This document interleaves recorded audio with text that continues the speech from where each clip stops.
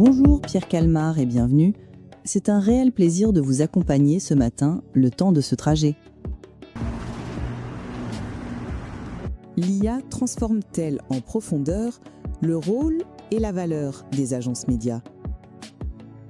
L'IA, elle transforme toute la société, toutes nos vies, et donc forcément, les agences médias, comme toute l'industrie, vont être impactées fortement par l'IA. Je dirais même toutes les industries. C'est vraiment un monde qui est en train de changer fortement. Donc c'est sûr que les agences médias et leur valeur va être bouleversée, mais moi je crois fondamentalement à la résilience de notre modèle et des industries. Simplement, il faut s'adapter. L'intelligence, finalement, c'est l'adaptation. Il va falloir qu'on intègre cette nouvelle donnée, et l'IA va nous permettre d'être plus efficace et va permettre aux annonceurs surtout d'avoir un rapport à la communication, à la publicité, peut-être encore un petit peu plus ciblé, un petit peu plus pertinente, et finalement, j'y vois plutôt une très bonne chose.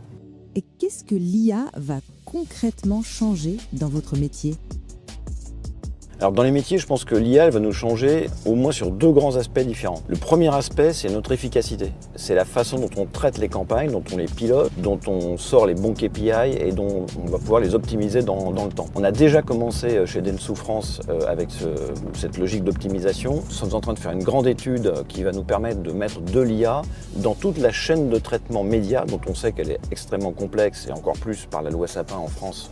Loi très particulière et qui est un vrai problème pour l'industrie. Et donc on cherche à mettre de l'IA pour avoir une logique de facturation, de reporting qui soit beaucoup plus précise, avec moins d'erreurs, plus d'efficacité et évidemment pour les annonceurs, nos clients, plus de facilité à manipuler la data. Donc là il y a vraiment un grand enjeu de productivité pour toutes les agences et c'est vrai que je pense que là-dessus on a vraiment pris le taureau par les cornes. Le deuxième grand point, c'est tout ce qui va être nouveaux produits, c'est-à-dire tout ce qui va nous permettre de développer des approches nouvelles sur le média.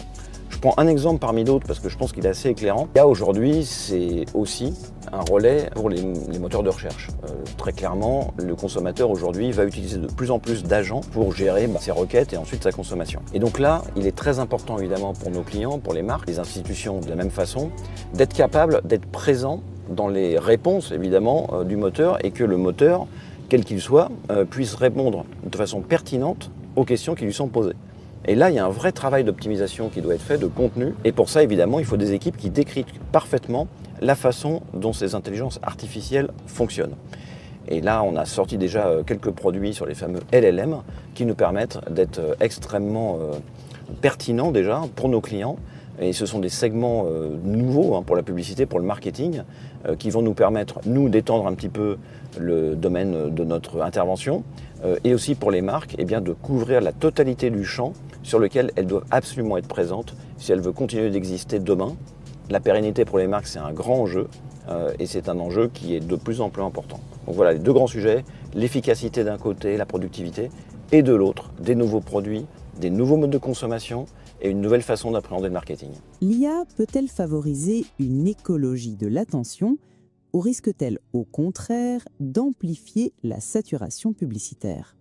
Moi, ce que je pense, c'est que l'IA, elle va évidemment nous permettre d'être de plus en plus pertinent. Moi, je ne crois pas à une sursaturation publicitaire avec l'IA. Je pense même que dans certains cas, on peut avoir un phénomène de meilleur ciblage et donc de dépollution publicitaire. C'est en tout cas ce que l'on s'attache à faire chez Dentsu, à savoir éviter les campagnes, on va dire, napalm, qui parfois sur des populations, des targets comme les annonceurs de 10% de la population, vont arroser tout le monde sans distinction. Ce temps-là, il va être à peu près terminé et on va aller vers des situations où la publicité va vraiment s'adresser à des publics extrêmement précis. Et donc évidemment, je pense que plus on est pertinent, l'IA et la data, et ça a déjà commencé, vont nous permettre de dépolluer notre espace médiatique. Encore une fois, ce ne sera que mieux pour les annonceurs, un peu plus d'économie, plus de pertinence et plus d'efficacité. Demain, pilotera-t-on les campagnes sur les secondes d'attention plutôt que sur les impressions ? Je ne suis pas certain que les secondes, ce soit vraiment le critère le plus important. Moi, je préfère parler de pilotage à l'impact. C'est pas parce que je vais rester pendant une demi-heure devant un projet. C'est une perspective très intéressante. On sent bien tout l'enjeu que cela représente.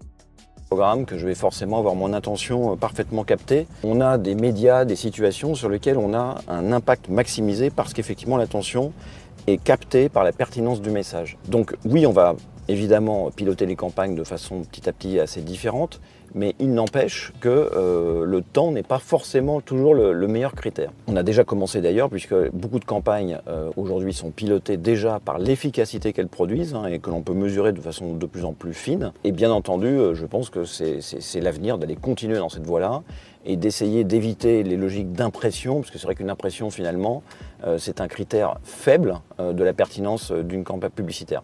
J'ajouterais qu'en réalité, on a déjà commencé avec toutes les datas qu'on manipule depuis maintenant plusieurs années. On est capable d'être extrêmement précis. L'IA permettra d'aller encore plus vite et avec plus de pertinence. L'IA devient-elle un véritable système de décision média?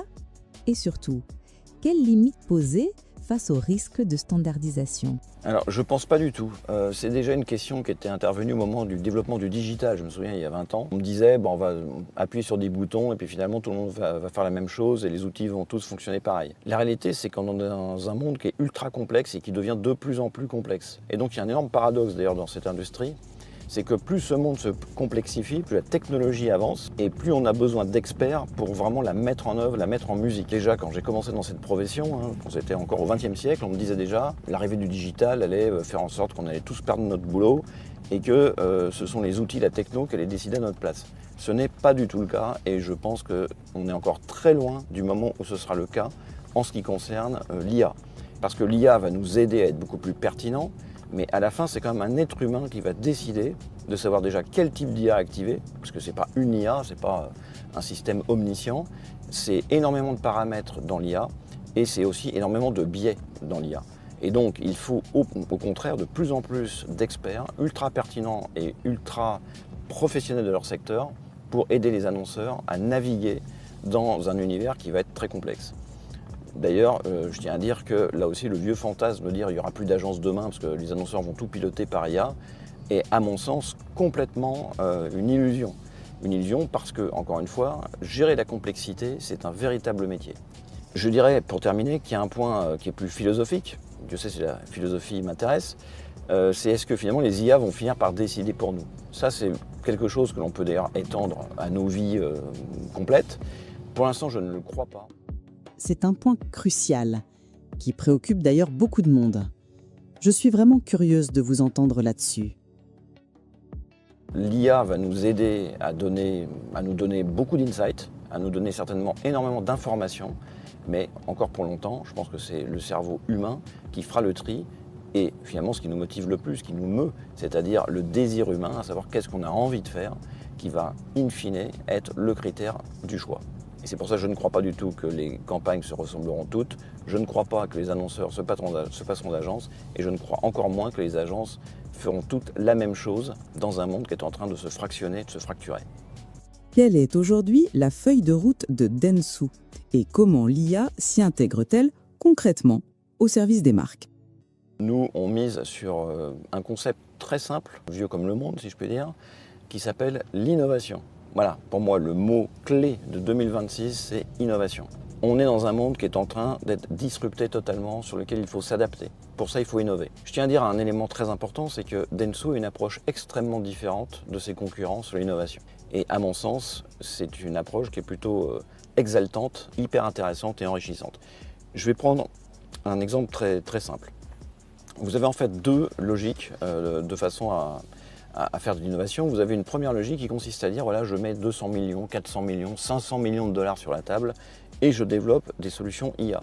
Ensuite, je paye une équipe de personnes qui sont en général en chambre ou dans un bureau et qui décident de ce qui est bon pour le monde. Ils développent des IA ou des solutions et après ils tentent de les imposer à ceux qui font réellement le boulot dans les différents marchés, dans les différents pays. Pour l'avoir expérimenté, je vous le confirme, ça ne marche pas. Ce n'est pas comme ça que l'innovation a la moindre chance de parvenir à réussir. Ce qui fonctionne en revanche, c'est ce que l'on fait nous, à savoir donner aux pays les moyens de développer sur des use cases extrêmement précis des nouvelles logiques en termes d'IA. L'IA d'ailleurs n'est pas l'apanage des boomers ou de la Gen X comme moi. L'IA c'est aussi beaucoup les jeunes, c'est les gens qui ont les mains dans le cambouis, qui savent exactement ce qu'il faut faire. Donc nous ce que l'on fait chez Dentsu France, c'est qu'on encourage l'IA, on a même un challenge interne auprès de toutes les populations, y compris les jeunes, de façon à faire remonter tous les use cases et toutes les nouvelles façons d'utiliser l'IA dans nos process, dans nos outils, dans les produits pour nos clients.